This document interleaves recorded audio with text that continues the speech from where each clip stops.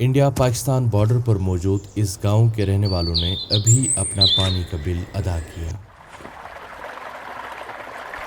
इन लोगों ने कोई फॉर्म नहीं भरे, किसी सरकारी दफ्तर को कॉल नहीं किया, बस इन लोगों ने अपने पैसे एक रुमाल में लपेटे और लाइन ऑफ कंट्रोल के पार फेंक दिए।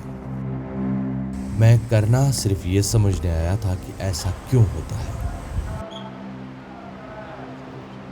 चलो, तो इस तरह से पार वालों ने हमें रिकॉर्ड करने नहीं दिया। चलो, और मैं बहुत कुछ समझ गया।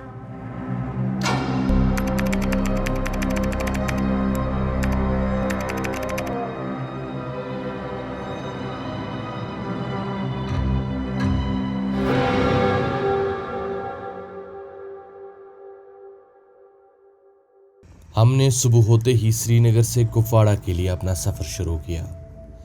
टंगडार तक 80 किलोमीटर, और हर किलोमीटर ऐसा लगता था जैसे सड़क खबरदार कर रही हो, वापस जाओ, तुम यहाँ के नहीं हो। वादी करना में दाखिल होने के लिए इस पास से गुजरना पड़ता है। इसके दो नाम हैं, एक साधना गली जो बॉलीवुड अदाकारा के नाम पर रखा गया, जो 1971 में यहाँ तैनात फौजियों का हौसला बढ़ाने आई थी। लेकिन बुजुर्ग पुराना नाम याद रखते हैं, नस्ता छिन, कश्मीरी में नाक काटने वाला, क्योंकि इस बुलंदी पर हवा चलती नहीं, काटती है। मैं करना एक सरहदी गांव की तवक्का लेकर आया था। मुझे बिल्कुल भी अंदाजा नहीं था कि मैं हिमालय की सबसे कदीम और सबसे भूली हुई तहजीब में दाखिल होने वाला हूँ। 1947 से पहले करना सरहदी इलाका नहीं था, ये एक चौराहा था। ये मुजफ्फराबाद की सबसे बड़ी तहसील थी। 1500 स्क्वायर किलोमीटर्स की राहदारी जो वादी कश्मीर, गुरेज की बुलंदियों और कागान के तजारती रास्तों को मिलाता था। 3 लाख लोग, कदीम तीरथ के रास्ते, उल्मा, बादशाह और एक तहजीब। और फिर 1947 में कलम से एक लकीर खींची गई जिसने एक बहुत बड़ी तहजीब को 2 हिस्सों में बांट दिया। इस वाले हिस्से को लोगों ने लोंडी पट्टी यानी तंग पट्टी कहना शुरू किया, और पाकिस्तान के हिस्से में करना का तारीखी दिल आया, जिसका नाम बदलकर उन्होंने लीपा और नीलम वैली कर दिया। नक्शे पर दरिया का नाम बदला जा सकता है, लेकिन इन लोगों की यादाश्त में नहीं जो इसके किनारे पले बड़े हों। मैं इस वक्त मशहूर टीटवाल क्रॉसिंग ब्रिज पे हूँ। उस तरफ के इलाके में लफ्ज़ करना को बदलकर लीपा और नीलम वैली कर दिया गया। फिर 2018 में वहाँ के लोगों के एहतजाज के बाद वहाँ की अदालत ने फैसला सुना दिया कि करना का नाम लीपा वैली को वापस दिया जाए। ये महज एक कानूनी फैसला नहीं था, बल्कि एक तहजीब का रियासत को जवाब था कि वो लकीरें तो खींच सकते हैं पर हकीकत को नहीं मिटा सकते। 2005 में मुफ्ती मोहम्मद सईद और अटल बिहारी वाजपेयी की क़यादत में टीटवाल में एक गुज़रगाह खोली गई। करीब 6 दहाइयों में पहली बार तकसीम शुदा ख़ानदान यहाँ से मिल सकते थे। वो भाई जो एक दूसरे को देखे बगैर बूढ़े हो चुके थे, वो बहनें जो नानियाँ बन चुकी थीं, टीटवाल के रास्ते एक दूसरे से मुलाकात कर सकती थीं। अब ये गुज़रगाह भी बंद हो चुकी है।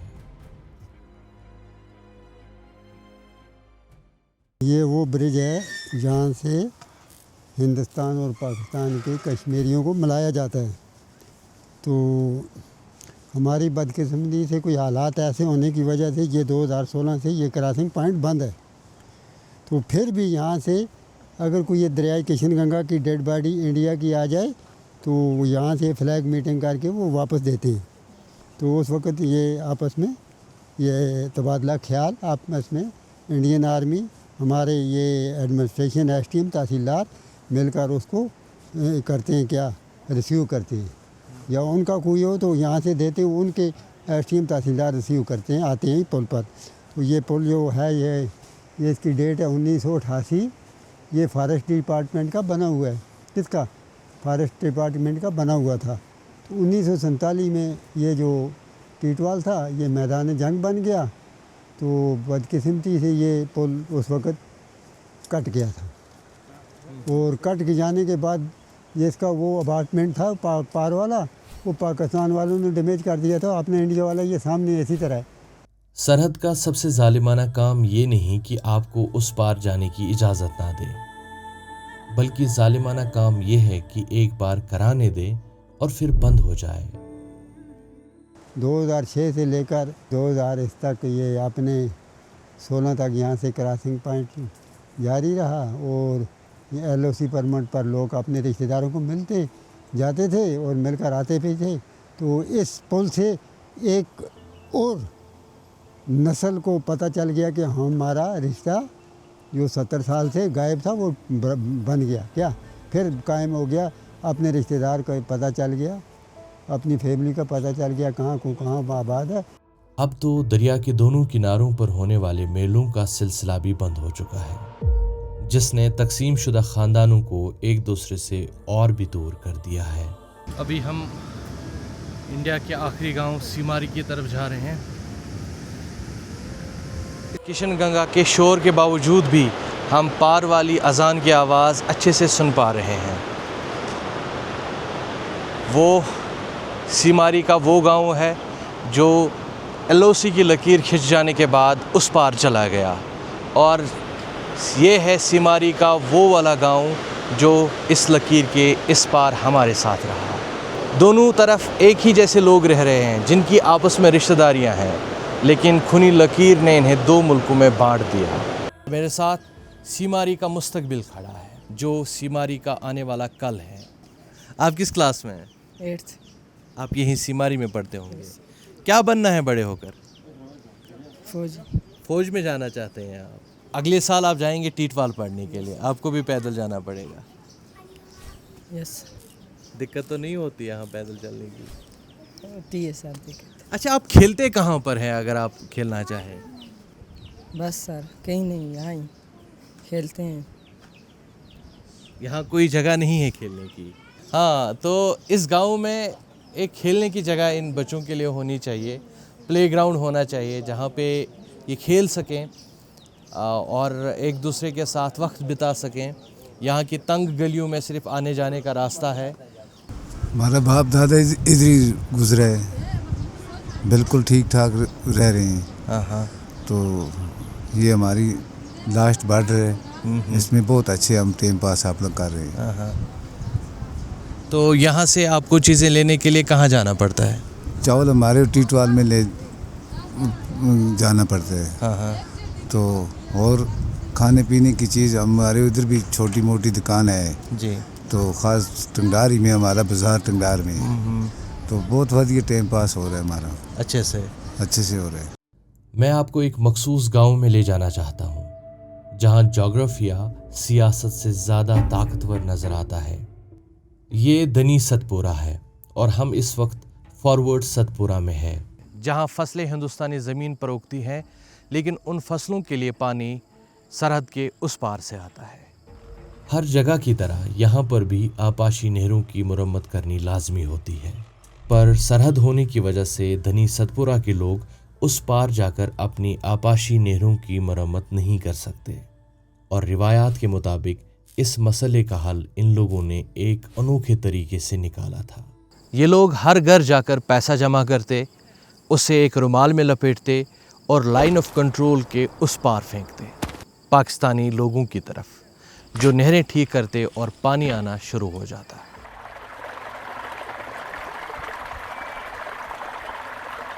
लेकिन अब कहानी बदल चुकी है।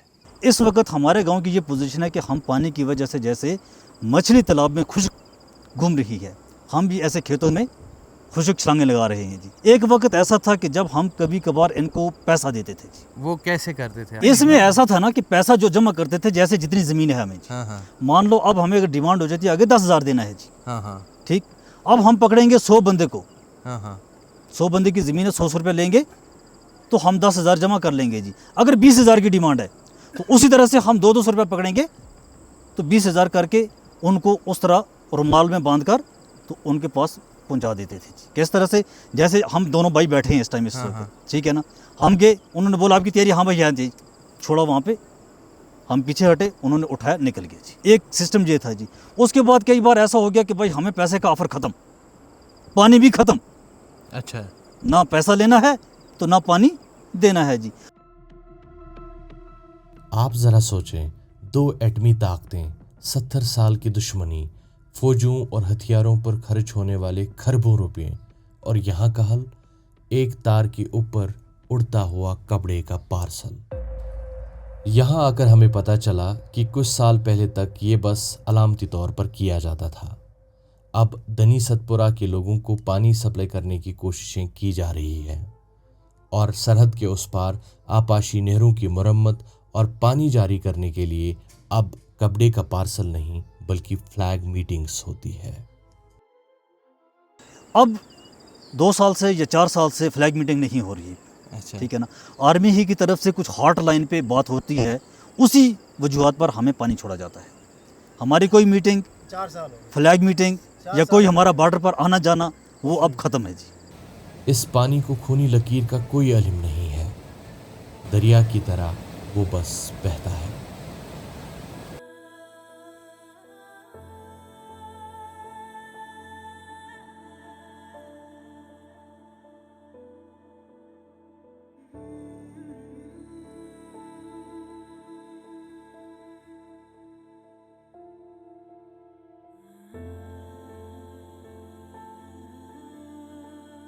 इस वादी के लोगों के लिए साधना पास महज पहाड़ी सड़क नहीं है। सर्दियों में जब बर्फ आती है तो ये जेल का दरवाज़ा बन जाता है। 2013 से 2018 के दरमियान 150 लोग मर गए, जंग में नहीं, सर्दियों में इस पहाड़ी रास्ते से गुजरने की वजह से। 8 जनवरी 1983 को इस खूनी नाले में मेरा पिताजी डेथ हो गए थे। 7-8 आदमी स्लेट के नीचे आए थे। उस टाइम में 9 साल का था। 2026 में एक बार फिर साधना टनल के लिए हुकूमत ने नया ऐलान किया है। मुझे लगता है इसमें देर नहीं करनी चाहिए हुकूमत को। हम तो ये चाहते हैं कि अगर आने वाले विंटर में ये टनल बन जानी चाहिए। ये लोगों पर एक ज़हनी परेशानी है। यानी आप जंग से बच सकते हैं, उस वादे से बचना मुश्किल होता है जो कभी पूरा ना हो। ये तो इतना कमजोर दिख रहा है, गुंडा कहाँ से हो? वो सबसे कमजोर वो है सर, इसकी 2 हड्डियां। आपको गुंडा बता रहे हैं ये? सर मैं कहाँ से गुंडा? सर इसकी एक जंग अड़ी है। मैं तो स्कूल का नाम रोशन करेगा।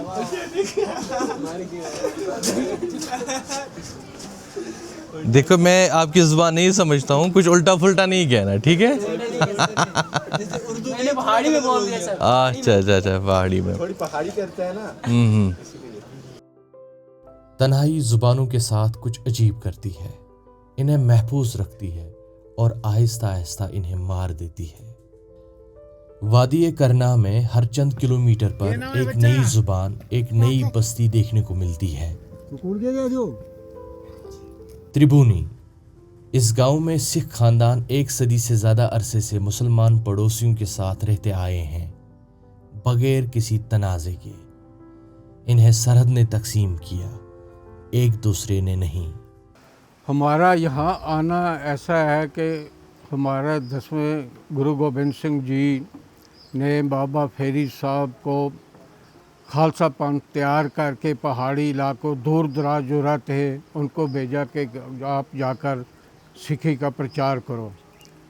तो वो जब यहाँ आए, पहले हमें आज भी सिख ब्राह्मण लिखा जाता है कागज़ों में, रिन्यू कागज़ों में। तो हमारा ये 15 इधर गांव का, यहाँ से नीचे गांव है, वहाँ थे हम। फिर उस वक़्त के हमारे बुज़ुर्गों ने, पुरखों ने कुछ उस राजवाड़े के साथ इधर उधर करके, तो वहाँ से हम त्रिभुवनी में फिटे।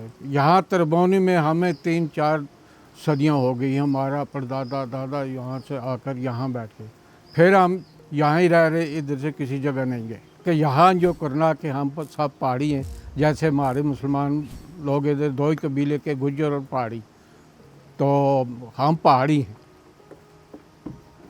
हमारा रहन सहन, उठना बैठना सब पहाड़ी। हम जब मुसलमान भाइयों की शादी होती है तो वो हमारी जो दावतें हमें किसी सिख घर में दे देते हैं, तो फिर हम उनको सलाम देते हैं, मुबारकबाद देते हैं, मिठाई का डब्बा देते हैं।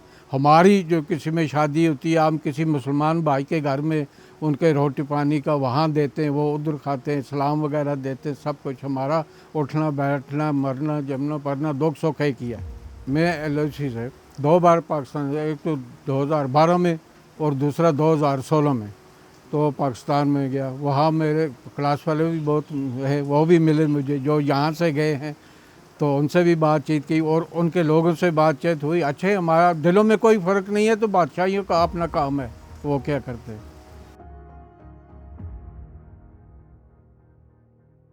वहाँ उस गांव में बिल्कुल सरहद के उस पार चिलियाना गांव है, और उस चिलियाना के गांव के पीछे की पहाड़ी के पास एक ऐसा गांव है जहां एक ज़ुबान ज़िंदा है। एक ऐसी ज़ुबान जो दुनिया में कहीं नहीं बोली जाती, बस उस एक गांव में बोली जाती है, कुंडल शाही।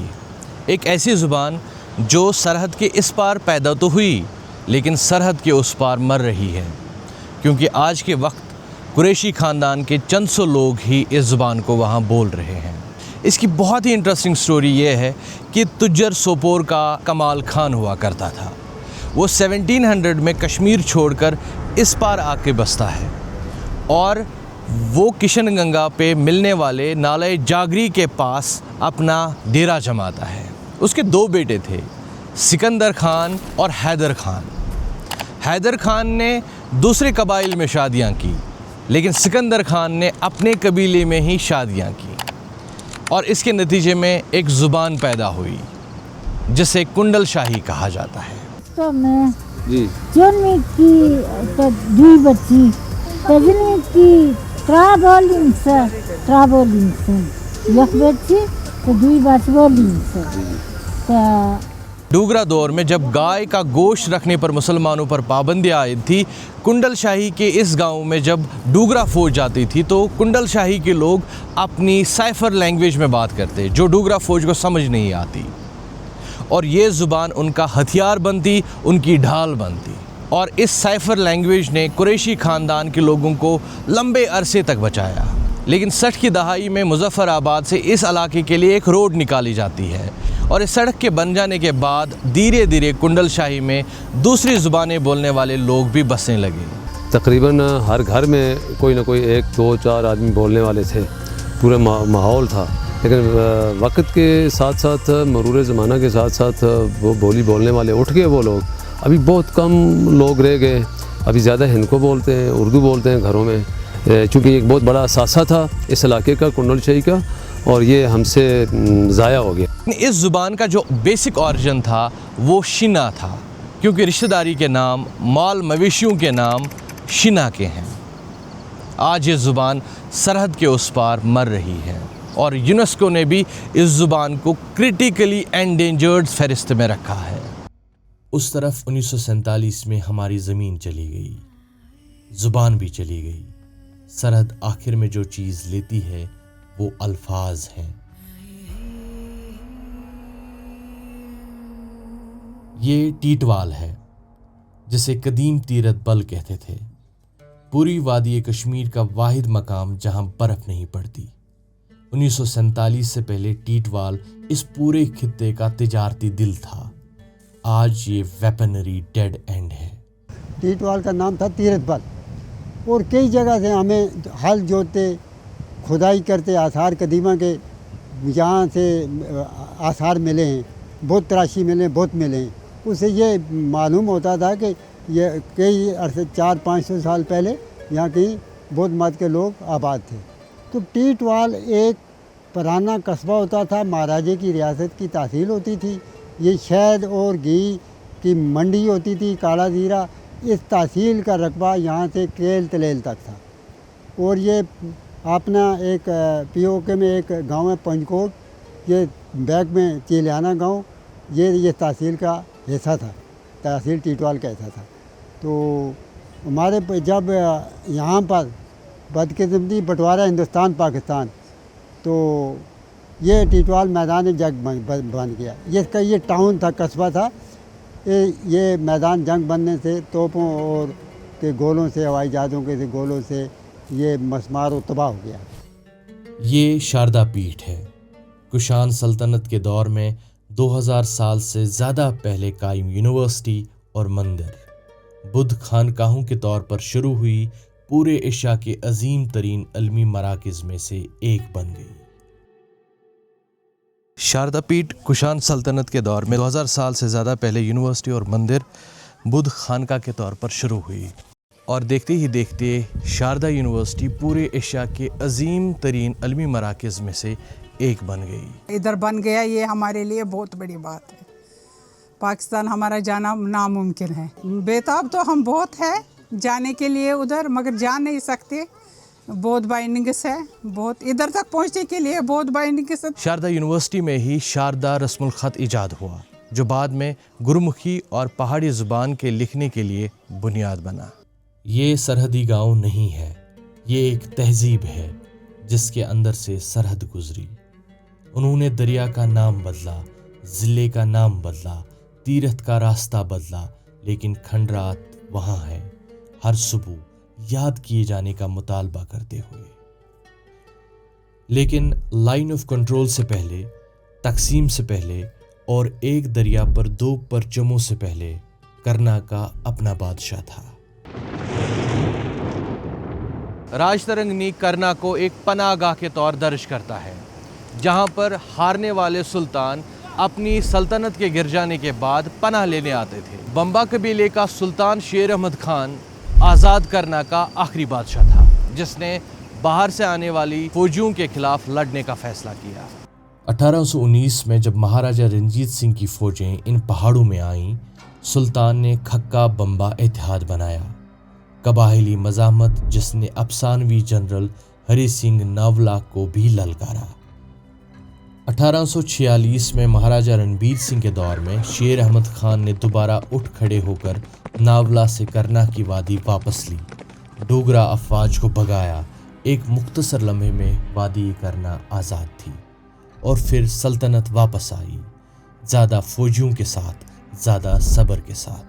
करना के सुल्तान को महाराजा के दरबार में तलब किया गया और वहाँ उसे सज़ा सुनाई गई, मौत नहीं, जलावतनी।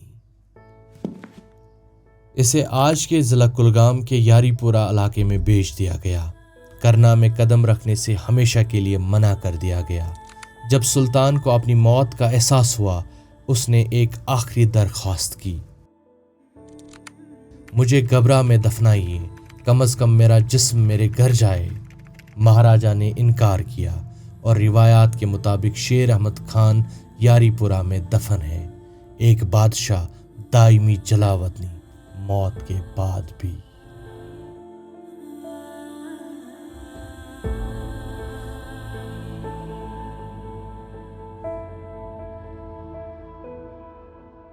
मैं करना एक सरहदी गांव की तवक्का लेकर आया था, एक ऐसा इलाका जो इस बात से पहचाना जाता है कि वो किसके पास है। एक तनाज़ा, एक लकीर और एक फौजी जोन। मैं गलत था। सरहदें ज़मीन तकसीम कर सकती हैं, तिजारत तकसीम कर सकती हैं, तीरथ के रास्ते और हज़ारों साला यूनिवर्सिटी तकसीम कर सकती हैं, बादशाह को जला वतन कर सकती हैं, ज़ुबान खामोश कर सकती हैं, एक आदमी को 40 साल अपने भाई का हाथ थामने से रोक सकती हैं, लेकिन सरहदें दरिया को बहने से नहीं रोक सकती। और ये दरिया किशनगंगा, नीलम, आज हुकूमत जो भी नाम दे, आज भी वो यादाश्त बहाता है जो लकीर खींचने से पहले इसके किनारों पर थी।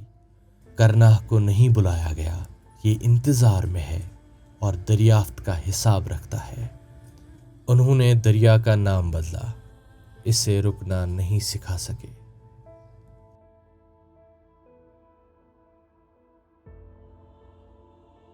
मैं छोटा सा बाप ने मेरे उठा कर कंधे पर चला गया। ये पत्थर है, पत्थर के लुकड़े के लिए, छपड़े के लिए। उसने बोला बाप मेरे ने पख्तड़े आ गए, यार पख्तड़े आ गए। ये याद है, उनको याद है, इतनी याद है। पता नहीं संतान ऐसी कौन सी और याद है।